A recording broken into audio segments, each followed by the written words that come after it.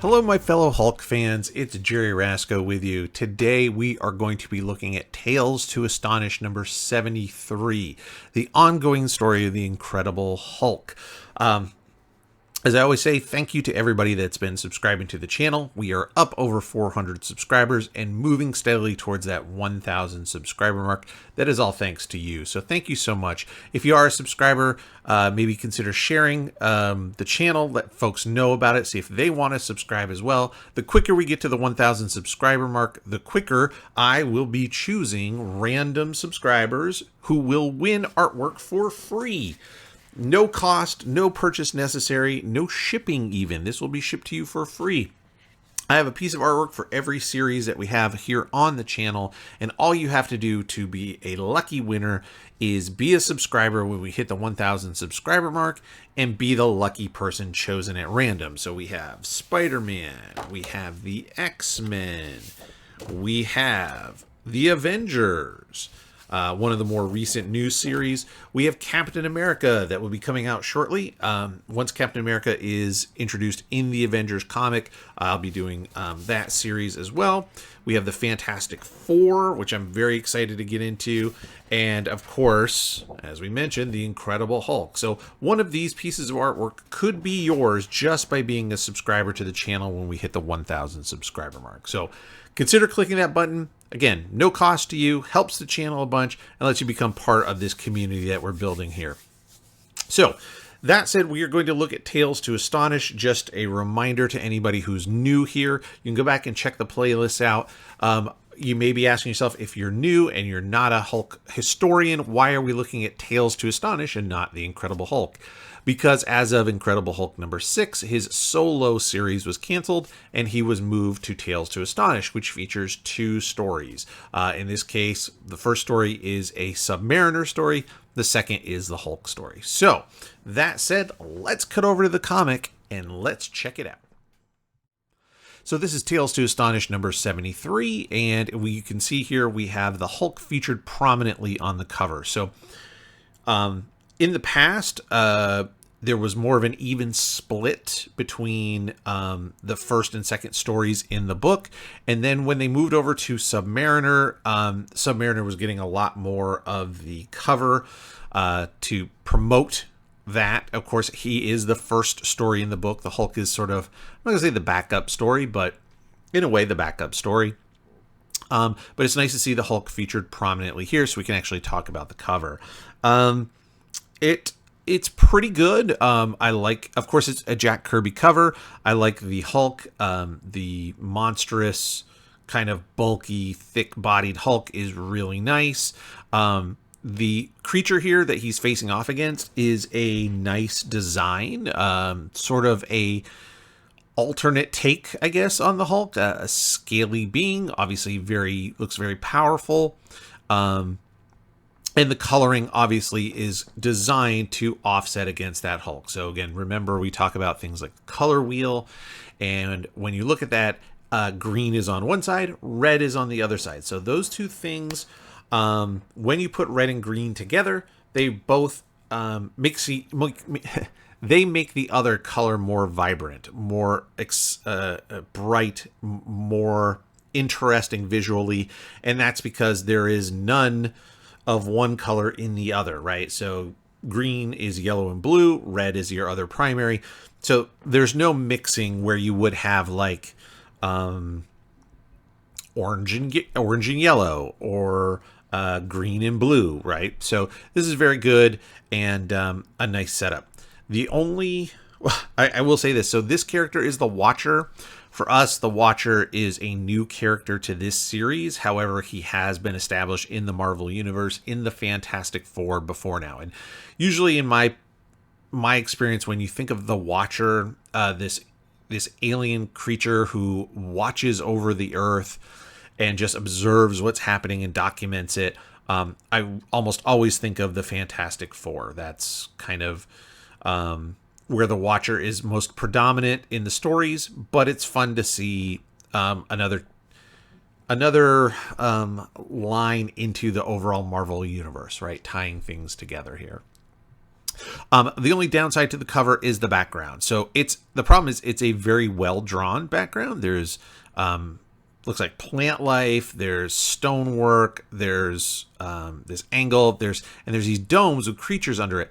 But everything is colored this solid flat gray.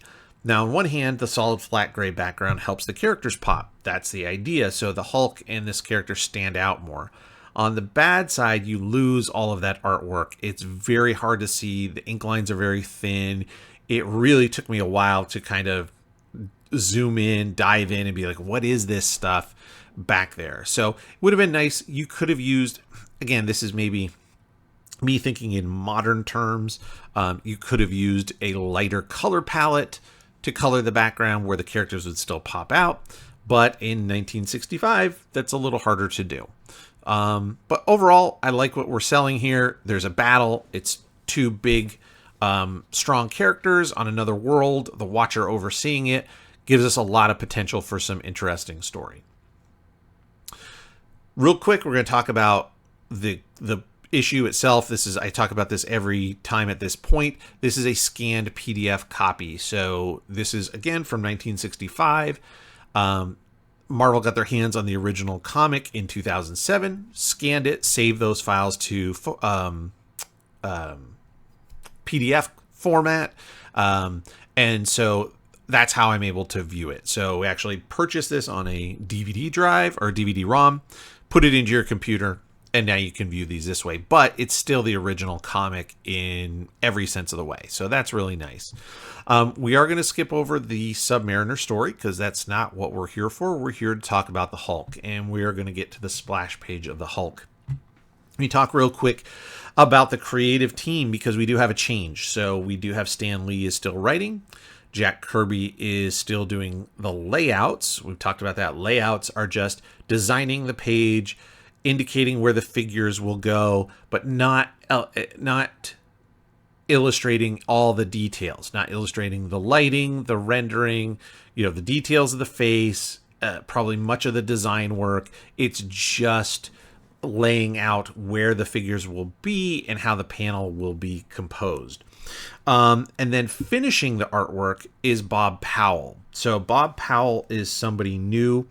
When we say finishes, that means he took sort of the rough figures, drew them, and completed with inks. So kind of doing, wearing two hats in that case.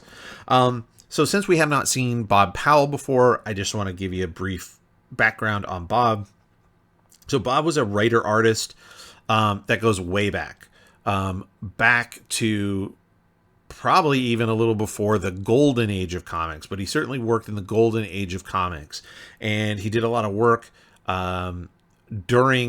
before and during things like World War II, which would have obviously predated here in Marvel.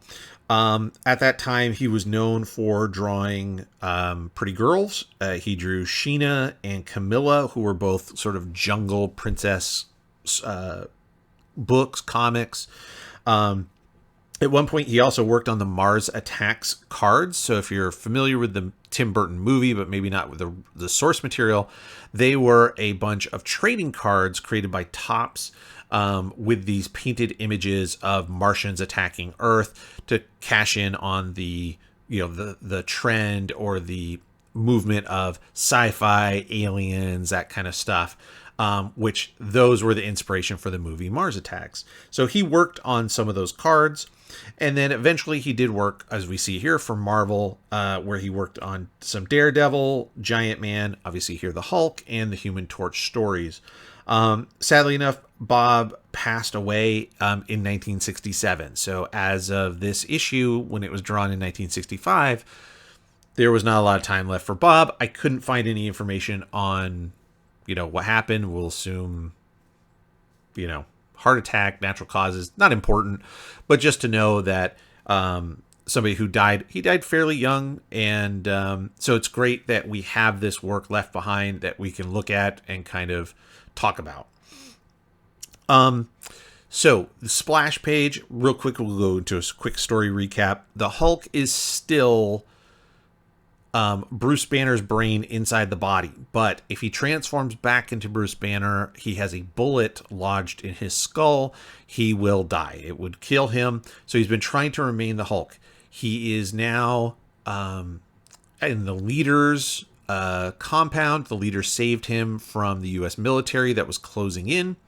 However, the sedative that the leader gave him so he could start to study the Hulk is causing him to slowly change back into Bruce Banner, and he's trying to fight that as much as he can.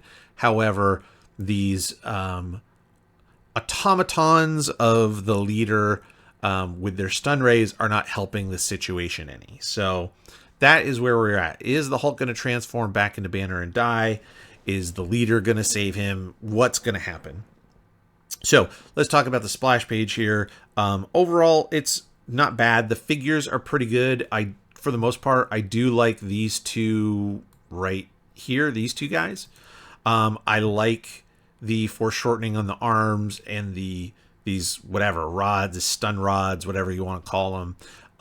The musculature is pretty good. The stance is pretty good. I like how this one, the shoulder is, as you look over, you're going to see your shoulder. So I like how that little bit is there. The tilt of the heads are nice.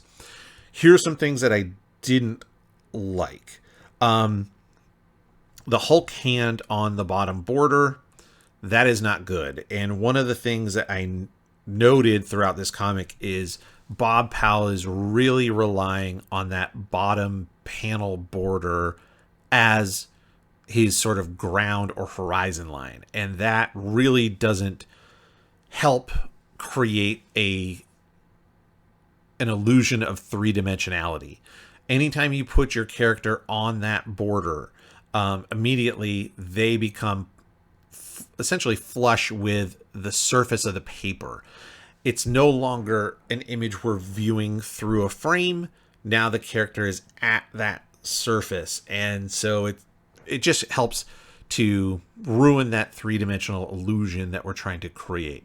So that happens a lot. We see it here with the Hulk's hand. You should never do that. You see it on the next page with this foot. Should never rest on that. Now, where that may have come from, somebody like Bob, who did, I believe, do some work in strip or comic strip type of art where it's, think of newspapers or magazines where it's sort of panel, panel, panel. A lot of those figures stand on the border. The bottom panel border is the ground, which when you're doing something that's very cartoony is perfectly fine. Peanuts, Garfield, stuff like that. It's not a problem if the character's standing on the border.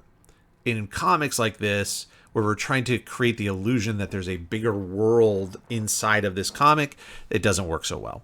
The other thing here, you have this guy in the back. He looks like he is standing on the Hulk.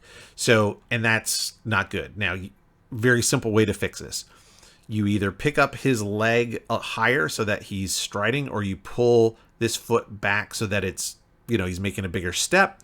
Or actually what would be better is just lower him down about an inch so that he's cut off sort of mid-shin by the Hulk's body.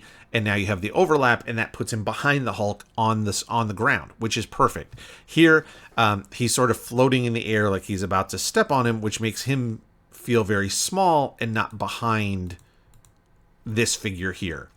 Also, one way to fix that, so you lower this guy, you turn this club a little bit so that it's overlapped by this central figure, and boom, now this guy isn't a small version. He is actually further in the background and smaller as he should be, so that works. I did mention throughout there is a lot of what I'm calling hairy rendering, and I talked about that a little bit in the last episode as well. When you are adding these lines, so rendering is the lines inside of the contour. The contour is the outside outline of an object. When you add these lines on the inside, what you're doing is trying to, again, this is all about illusion. You're trying to create a visual illusion of light, dark, and something in the middle, only using black and white, right? We only have black and white for our inks. So with that said, you want to use your hatching as a transition between fully dark and fully light and somewhere in the middle. So just to give you an example here, right here makes sense. This is a shadowed part, so we're saying the light is coming from across the Hulk, from our left to right across the panel. His neck is casting a shadow, and his head is casting a shadow on his arm. You have a big, heavy outside shadow on that arm. That all works. And so what you've got is in between this dark black, there's a little bit of shadow, but not fully devoid of light. So you're going to add some rendering there. That works perfectly. What doesn't work is stuff like on the chest here. Like what is this? It doesn't really mean anything. You have this under the bicep. Well, okay, so this one actually here, this and the shoulder, where the shoulder and bicep meet, that works because the light is coming from this way. So as it curves under, you have to have that shadow on the curve, so that because it's rounding out, so the light's going to hit the top of it, but not the underside of the curve as much. That works. But then over here on this part of the shoulder, there really shouldn't be any lines there, or some of these lines in the neck don't make sense. It just ends up, when you have all these hatch lines that don't come out of a black shadow, they just appear hairy. That's the term that I would use. So some of it works. This shoulder over here isn't so bad. The light apparently is coming from the top down. And so again, you're trying to show that it curves under itself. This big shoulder muscle here curves down so that the top part, what's sticking out, is going to catch the light, and underneath that muscle won't. That's not so bad. But then there's some other ones here that just kind of don't make sense. I also said it's kind of, my notes say, soft, mushy figures. And this is a very good example, especially this face. For whatever reason, we've seen this with the last couple of artists, Bob Powell, I think Mike Esposito. They just draw this really like melty face. Like the Hulk is made of real soft material, and when he's not screaming or enraged, it sort of just seems to sort of slough off, and like his eyes are drooping, and there's all sorts of extra wrinkles and bulges in the face that don't need to be there, don't make sense. So yeah. So Hulk is almost done. He's about to just give in when the leader comes in and is like, enough. And as he gets close by, he starts talking about the gamma rays. And basically what happens is, and this is something that, spoilers for way down the road with the Hulk and other characters, they all come from being irradiated by gamma radiation. And as such, they are radioactive, and most of them don't realize it. So characters like the Hulk, the leader, etc., are giving off gamma radiation. So if you're around them long enough, theoretically, you would develop radiation poisoning, cancer, etc. That's kind of the idea. Well, so because the leader gives off gamma radiation and the Hulk absorbs gamma radiation, it stabilizes his transformation, and he doesn't transform. Again, I do not care for the Hulk laying on the border. That does not work for me.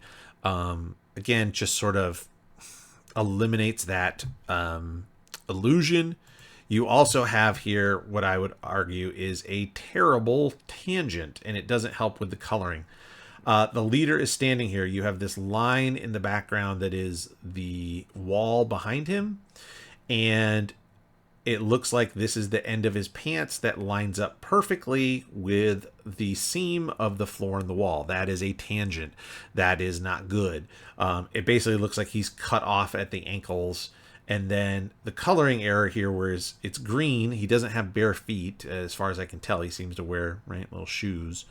But that helps blend into the Hulk, and so it looks like he's just sort of floating there with no feet, which is not good.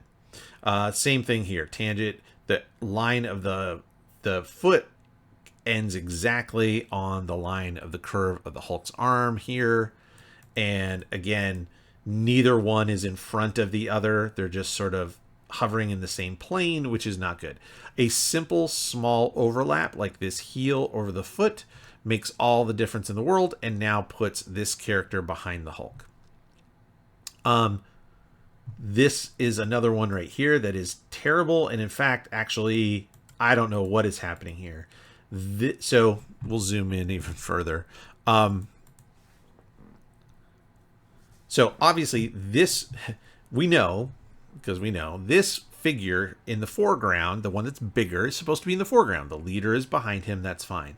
This one, if they're all the same size, is also supposed to be behind this one. However, because of this little indent, which is supposed to be sort of an eyebrow, I think, which doesn't make sense because they don't have faces. So what it ends up looking like is this guy is in front of this guy because his club slightly overlaps into the face.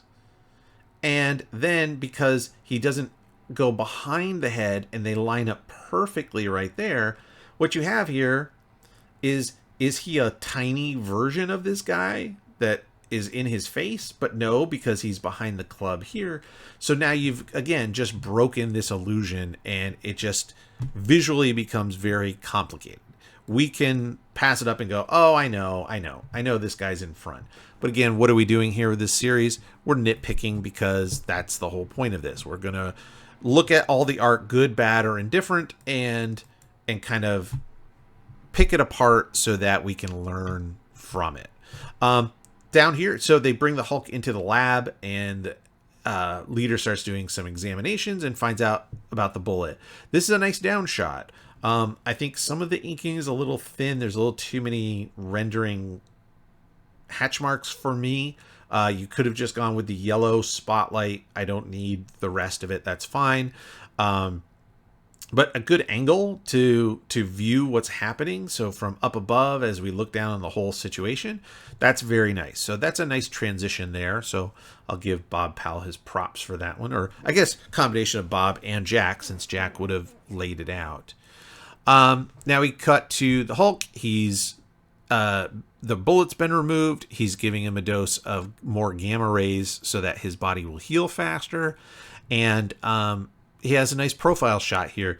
For whatever reason, even when, like over here, you can see this face, people are not getting it. This is weird. And again, lumpy and melty. And I don't know, he looks like a Hulk that's had a stroke. Like the eye is drooping, the left side of his mouth is drooping. Like he looks like a Hulk that's had a stroke. Whereas the profile, they all seem to get the profile right. Everybody that I've had complaints about in terms of how they draw the Hulk, everybody seems to manage the profile, but then they can't turn around and turn this into this, and I don't know why. But that being said, fair enough. The bullet's removed, the Hulk's going to live, and now he's in the leader's debt. However, here's the piece I don't understand. It was speculated on by Banner himself when it happened that the bullet in his brain was what was keeping Bruce Banner's brain in the Hulk's body. It was that damage from the bullet. The bullet's been removed. He's healed. Why is it still Banner's brain in the Hulk body? So here's the long and short of it. In my opinion, people have recognized here, Stan and team have realized that the Hulk is the star of the show. People don't want to read about Bruce Banner dealing with Betty Ross, or Bruce Banner inventing a new bomb, or Bruce Banner dealing with Rick Jones, or whatever. People want to see the Hulk. So theoretically, if you just keep this mix up here of Banner's brain in the Hulk's body, now you've got some story and you can continue with the Hulk. That's my thought process in terms of why this is happening and why it's lasting so long. It's going to last a while longer, but again, spoilers if you know, it's not going to last forever. It never does. So now the leader puts the Hulk through his paces, and I think these are fun. At least we got some bigger panels, which is great. Testing his strength, his endurance to things like electricity, G-forces, hot, cold, even underwater. How long can he hold his breath, that kind of stuff. So as we learn here, the Hulk literally has no limits. There's no limit to his strength. There's no limit to his invulnerability. He can handle any kind of temperature. He can even just hold his breath forever, it seems like. So it's one of those things where he's just incredibly tough in every single way. And these are fun examples. I like specifically the one where, like, I don't know if he's trying to do a pull-up or what the idea is, but he just rips this whole giant bar out of the testing lab. I think that's pretty cool. On the ice one here, this is not a great face. I've talked about it a million times. It's really hard to draw a human face when it is tipped back away like this and you're looking up at this view. That is really hard. And this one, some of it is done right. The nose is in line with the eyes. We see underneath the bottom lip. The chin is big. That is great. So that part is good. Part of my problem is if it's tipped back that far, you can see your chin, underneath your chin is going to stretch right into your neck. There is no separation there, so there would be no shadow really cast, or very, very little, because there's no, it's not like this. It's not a shelf above your neck that casts the shadow like normal. So the shadow doesn't make sense. This would be all connected to the neck. But I mean, on one hand, you go, okay, not great, but certainly a good try. I'll say that. And when you have a character like the Hulk, whose face is all lumpy and mushy, it works. So now the leader lets him in on his plan. He is aware of the Watcher, and the Watcher, again, identified by the Fantastic Four, lives on the moon and has this base on the moon.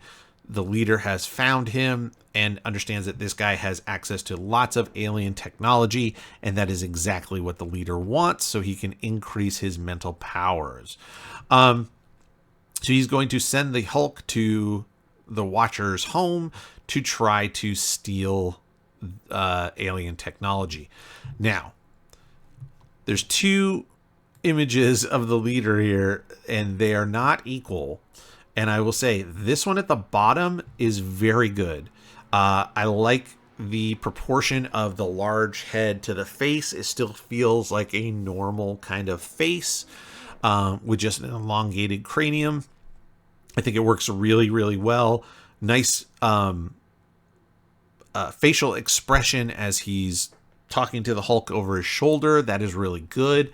This one here where he's sort of raging out, this is the problem I have with some of these early leader designs, is his chin is as wide as his head, and it really shouldn't be.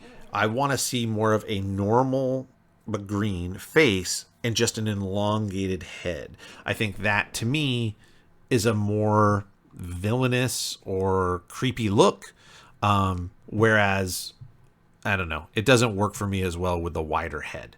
But everybody has a different opinion, and that is A-okay. So the leader has, so to get the Hulk to his base, he basically used Star Trek transporter technology. If you're a Star Trek fan, you know. If you're not, basically it's idea of breaking down an object or a person into their individual molecules and then transporting them as energy and then reconstructing the molecules into what they were. Now he's going to do it, but he's going to, same idea, but transport it instead of over like energy, electromagnetic waves, even light. He is traveling with thoughts. So he's breaking the Hulk down and somehow teleporting him with his thoughts. It's fine. Science fiction-y. It's what we got to do. What I don't like here is this light effect. This is an opportunity to go pretty heavy. And you can see there's a lot of heavy shadows. And you've got rendering out of the shadows, which to some degree is fine, but the lines are very thin Again, it just looks very hairy. With this kind of bright, bold light, I don't need the rendering. I don't need it to go from a dark to a medium to a light. This is extreme bright light. It should be very, very bright or very, very dark. And then the other part here is you have this same sort of, again, rendering on his face, which is the same as the energy from the background, the energy in the cylinder. All the lines look the same. There's no different in the weight, style, etc.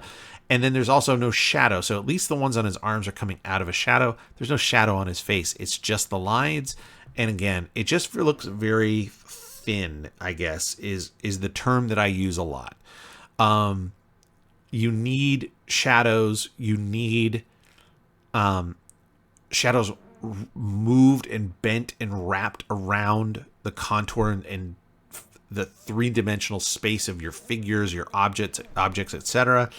It just does not work. And yeah, so that's what we see a lot. Other than this lighting effect, I mean, we come through here and there's